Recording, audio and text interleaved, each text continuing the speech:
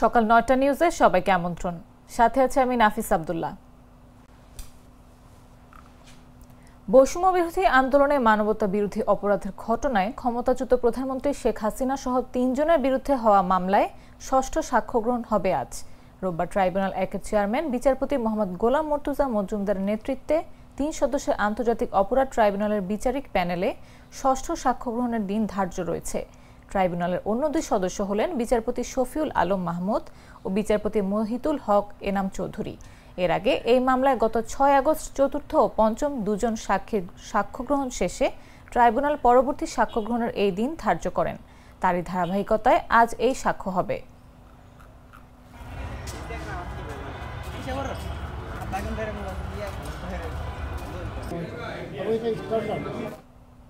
সিলেটের ভোলাগঞ্জ পাথর কোয়ারিতে যেন চলছে সিনেমার মতো চোরা কারবার। কোটি টাকার সাদা পাথর লুটের ঘটনায় দায়ের হয়েছে ১৫০০ আসামির বিরুদ্ধে মামলা। ইতোমধ্যে পুলিশের অভিযানে গ্রেফতার হয়েছেন ৫ জন। তবে রহস্য রয়ে গেছে চোরা কারবারের মূল হোতাদের ঘিরে। কে সেই নেপথ্যের পুষ্পা? তুষার ইসলামের বিশেষ রিপোর্ট। সিলেটের ভোলাগঞ্জ, যে এলাকা একসময় পাথরের জন্য বিখ্যাত ছিল, আজ সেখানে চলছে সিনেমার মতো চোরা কারবারের কাহিনী। শুক্রবার বিকেলে খনিজ সম্পদ উন্নয়ন ব্যুরোর মহাপরিচালক মোহাম্মদ আনোয়ারুল হাবিব থানায় দায়ের করলেন এক চাঞ্চল্যকর মামলা। অভিযোগ, গেল ১ বছরে গ্যাজেটভুক্ত কোয়ারি থেকে কোটি কোটি টাকার সাদা পাথর রাতের আধারে লুটপাট করেছে একটি সংঘবদ্ধ চক্র। মামলায় আসামি করা হয় একসঙ্গে ১৫০০ মানুষকে। শনিবার ভোর থেকেই কোম্পানিগঞ্জ থানা পুলিশ সহ অন্যান্য আইন প্রয়োগকারী সংস্থা নামে অভিযানে হানা দেয়া হয় সীমান্ত ঘেঁষা অন্ধকার খালে, গোপন ডাম্পিং স্পটে, এমনকি রাজধানীর বিভিন্ন স্থানে। ফলাফল, গ্রেফতার হয় ৫ জন। তাদের মধ্যে কেউ এসেছে কালাইরাগ, কেউ বা নাজিরের গাঁও, আবার কেউ লাচুকাল গ্রামের বাসিন্দা। চেকপোস্টে ধরা পড়েন ২ জন, যারা ডাম্প ট্রাকে সাদা পাথর নিয়ে যাচ্ছিলেন সীমান্তের ওপারে। ওসি উজায়ের আল মাহমুদ আদনান জানালেন, সাদা পাথরের চোরা কারবারি চক্র ধরতে অভিযান অব্যাহত আছে। আটককৃতদের আদালতে পাঠানো হচ্ছে, তবে মূল হোতারা এখনো ধরাছোঁয়ার বাইরে। এখন প্রশ্ন হলো, কে এই চক্রের নেপথ্যের পুষ্পা? ১৫০০ আসামির তালিকায় যাদের নাম নেই, তারা কি অন্ধকারে থেকে সবকিছু নিয়ন্ত্রণ করছেন, নাকি এর পেছনে আছে আরো বড় কোনো আন্তর্জাতিক সিন্ডিকেট? ভোলাগঞ্জের রাত তাই আজও রোমহর্ষক, যেন সিনেমার স্ক্রিন থেকে ছিটকে আসা এক বাস্তব থ্রিলার। তুষার ইসলাম, জাগো নিউজ। চট্টগ্রাম নগরের বন্দর থানা পুলিশ সদস্যদের উপর হামলার ঘটনায় আরও ২ জনকে গ্রেফতার করেছে পুলিশ। শুক্রবার রাতে চন্দনাইশ থানাধীন কাঞ্চননগর এলাকা এবং বন্দর থানাধীন সল্টগোলা ক্রসিং এলাকায় অভিযান চালিয়ে তাদের গ্রেফতার করা হয়। গ্রেফতারের বিষয়টি নিশ্চিত করেছেন বন্দর থানার ভারপ্রাপ্ত কর্মকর্তা আফতাবউদ্দিন। বন্দর থানার ভারপ্রাপ্ত কর্মকর্তা আফতাবউদ্দিন বলেন, পুলিশের কাছে বাধা দেয়া ও পুলিশকে আঘাত করার ঘটনায় ভিডিও ফুটেজ দেখে ঘটনায় জড়িত থাকায় তাদের গ্রেফতার করা হয়েছে। পরে তাদের আদালতে পাঠানো হয়েছে।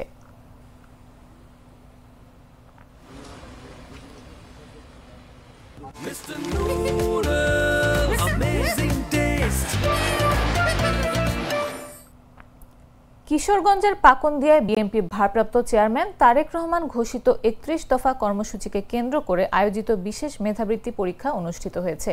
শনিবার বেলা ১১টায় উপজেলার ১০টি কেন্দ্রে একযোগে অনুষ্ঠিত হয় এই পরীক্ষা। এতে বিভিন্ন শিক্ষা প্রতিষ্ঠানের ১০,২১১ জন শিক্ষার্থী অংশ নেয়। জানা যায়, খন্দকার শামসুল আলম ফাউন্ডেশনে আয়োজন করে। এতে ৩১ নম্বরের এমসিকিউ ভিত্তিক প্রশ্নের উত্তর দিতে শিক্ষার্থীরা সময় পায় ৩৫ মিনিট। আয়োজকরা জানান, পরীক্ষা শান্তিপূর্ণভাবে সম্পন্ন করতে ৩৫০ জন শিক্ষক, ৩০০ স্বেচ্ছাসেবক, পুলিশ ও গ্রাম পুলিশ সদস্যরা দায়িত্ব পালন করেন। আগামী ২০ সেপ্টেম্বর প্রকাশ করা হবে ফলাফল। আমি আজকে 31 দফা রাষ্ট্র কাঠামো বৃত্তি পরীক্ষার একটা পরীক্ষা দিয়েছি। এটা দিয়ে আগামী দেশটা কেমন হবে তা সম্পর্কে জেনেছি। এটা তারেক রহমানকে এবং যারা আয়োজন করেছে তাদেরকে ধন্যবাদ। সামাজিকভাবে কিভাবে রাষ্ট্র গড়ে তুলতে হবে তা জানতে পেরেছি। নারীদেরকে নিয়ে বলা হয়েছে যে এবারে তো অনেক ধর্ষণ, গুম, খুন অনেক কিছু করে, কিন্তু সামনে বার যদি 31 দফা আসে তাহলে এসব বন্ধ থাকবে, আরো অনেক কিছু তারা গঠন করতে পারবে। মানে 31 দফা পরীক্ষা দিয়ে আমরা অনেক কিছু জানতে পেরেছি। মানে আমরা তারেক রহমান সম্পর্কে মানে অনেক কিছু জানতে পেরেছি 31 দফা পরীক্ষাটা দিয়ে। 31 দফা শিক্ষার্থী শিখতে পারে আগামীতে দেশ উন্নয়নের ক্ষেত্রে যেসব কাজে লাগে তারা অনেক কিছু দিয়ে অগ্রসর হতে পারবে। আমি একজন অভিভাবক হিসেবে 31 দফা পুরোটা তারে মুখস্থ করাইছি এবং 31 দফার ভিতরে যত ক্রিটিক্যাল যতগুলো কথা আছে কথাগুলো তাকে বোঝানোর চেষ্টা করেছি। এই 31 দফা কর্মসূচিটা কি, কেন এবং এটা কিভাবে আসলে বাস্তবায়িত হবে, বাস্তবায়ন করা আদৌ সম্ভব কিনা বাংলাদেশ প্রেক্ষাপটে, এই জিনিসটাই শিক্ষার্থীদেরকে জানানোর জন্যই আমার এই পদ্ধতি অবলম্বন করা। আমি আশা করি এই পদ্ধতিতে এই ছাত্রছাত্রীরা 31 দফাটা পড়েছে, মুখস্থ করেছে এবং এটা বুঝতে। বিদেশে বাংলাদেশের সব কূটনৈতিক মিশন, কনস্যুলেট, কূটনৈতিকদের কার্যালয় ও বাসভবন থেকে রাষ্ট্রপতি মোহাম্মদ শাহাবুদ্দিনের ছবি সরানোর নির্দেশ দিয়েছে পররাষ্ট্র মন্ত্রণালয়। কয়েকটি মিশনের কূটনৈতিক সূত্র জানিয়েছে এই নির্দেশনা কোনো আনুষ্ঠানিক চিঠি বা মেইলের মাধ্যমে পাঠানো হয়নি, বরং টেলিফোনে অঞ্চলভিত্তিক কয়েকজন রাষ্ট্রদূত ও হাইকমিশনারকে বিষয়টি জানানো হয়েছে। পরে ওই কূটনীতিকদের অন্য মিশনগুলোতে খবরটি পৌঁছে দিতে বলা হয়েছে। পররাষ্ট্র মন্ত্রণালয় সূত্র জানায় অঞ্চলভিত্তিক কয়েকজন রাষ্ট্রদূত হাইকমিশনারকে কূটনৈতিক মিশন, কনস্যুলেট, কূটনীতিকদের অফিস ও বাসভবন থেকে রাষ্ট্রপতি মোহাম্মদ শাহাবুদ্দিনের ছবি সরানোর নির্দেশনা দেওয়া হয়েছে। দক্ষিণ এশিয়া, এশিয়া প্যাসিফিক, আফ্রিকা ও ইউরোপের কয়েকটি মিশনের সঙ্গে যোগাযোগ করে জানা গেছে এখনও অনেকে আনুষ্ঠানিকভাবে এ ধরনের নির্দেশ পাননি। তবে অন্তত 2টি মিশনের প্রধান নিশ্চিত করেছেন যে তারা সরকারের কাছ থেকে এমন বার্তা পেয়েছেন।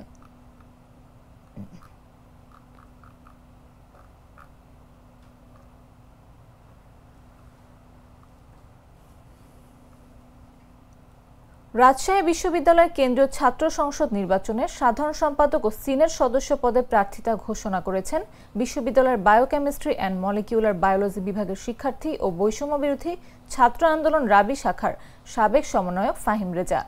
শনিবার বিকেলে বিশ্ববিদ্যালয়ের পরিবহন চত্বরে এক সংবাদ সম্মেলনের মাধ্যমে তিনি তার প্রার্থিতা ঘোষণা করেন।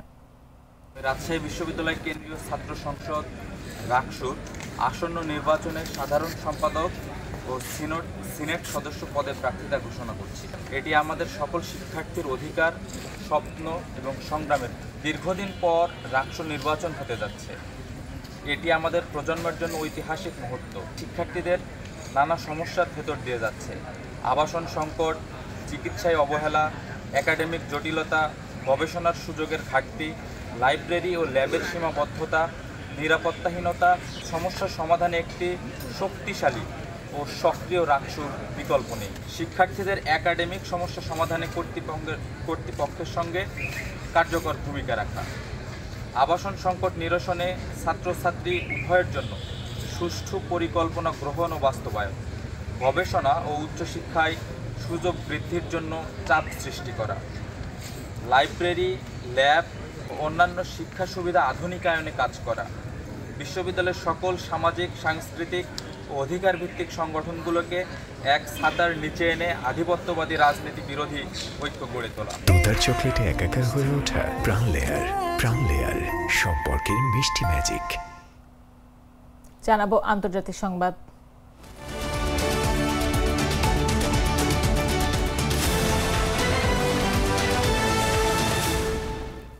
গাজার উত্তরাঞ্চল থেকে ফিলিস্তিনিদের জোরপূর্বক দক্ষিণে সরিয়ে নেওয়ার প্রস্তুতি নিচ্ছে ইসরায়েল। রোববার থেকে এই পদক্ষেপ কার্যকর করা হবে বলে জানিয়েছে দেশটির সেনাবাহিনী। ইসরায়েলি সেনাবাহিনীর আরবি ভাষার মুখপাত্র আবিখাই আদ্রেই শনিবার জানান, কেরেম শালম সীমান্ত পথ দিয়ে জাতিসংঘ ও আন্তর্জাতিক সংস্থাগুলোর সহযোগিতায় তাঁবু ও অন্যান্য আশ্রয় সামগ্রী সরবরাহ করা হবে। তবে জাতিসংঘ এখনও এ পরিকল্পনা বা তাদের ভূমিকা নিয়ে কোনো মন্তব্য করেনি। সংস্থাটি এর আগে সতর্ক করেছিল, এই পদক্ষেপ কার্যকর হলে হাজার হাজার পরিবার আরও ভয়াবহ মানবিক বিপর্যয়ের মুখে পড়বে। বর্তমানে গাজা সিটিতে প্রায় 10 লাখ মানুষ বসবাস করছেন, তবে তাদের কোথায় সরানো হবে তা এখনও স্পষ্ট নয়। ফিলিস্তিনি গোষ্ঠী ইসলামিক জিহাদ এই পরিকল্পনাকে গাজা দখলের অংশ এবং আন্তর্জাতিক আইন নিয়ে প্রকাশ্য উপহাস বলে উল্লেখ করেছে। সংগঠনটি বলছে, ক্ষুধা, হত্যাযজ্ঞ ও বাস্তুচ্যুতির মাধ্যমে মানুষকে পালাতে বাধ্য করা মানবতার বিরুদ্ধে চলমান অপরাধ।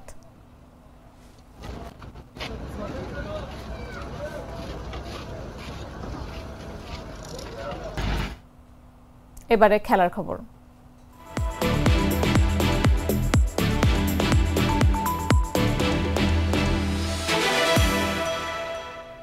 সন হিয়ংমিন 10 বছর ধরে টটেনহ্যামে রাজত্ব করেছেন।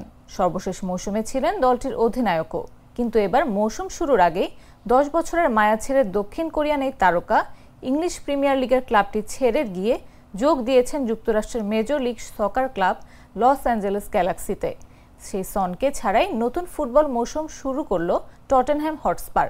তবে দক্ষিণ কোরিয়ান এই তারকার অনুপস্থিতির প্রভাব দলের মধ্যে পড়তে দেননি আরেক ব্রাজিলিয়ান তারকা রিচার্লিসন। লন্ডনে ঘরের মাঠে জোড়া গোল করলেন রিচার্লিসন।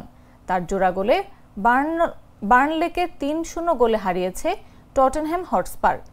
অন্য গোলটি করেন ব্রেনান জনসন।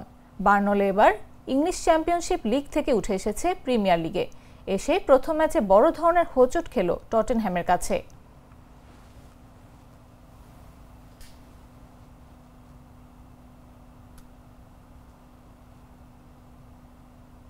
দর্শক, এই ছিল এখনকার মতো। প্রতি মুহূর্তের সর্বশেষ খবর পেতে ভিজিট করুন jagonews24.com, ফলো করুন আমাদের ভেরিফাইড ফেসবুক পেজ এবং সাবস্ক্রাইব করুন জাগো নিউজের ইউটিউব চ্যানেল। এতক্ষণ সাথে থাকার জন্য ধন্যবাদ সবাইকে।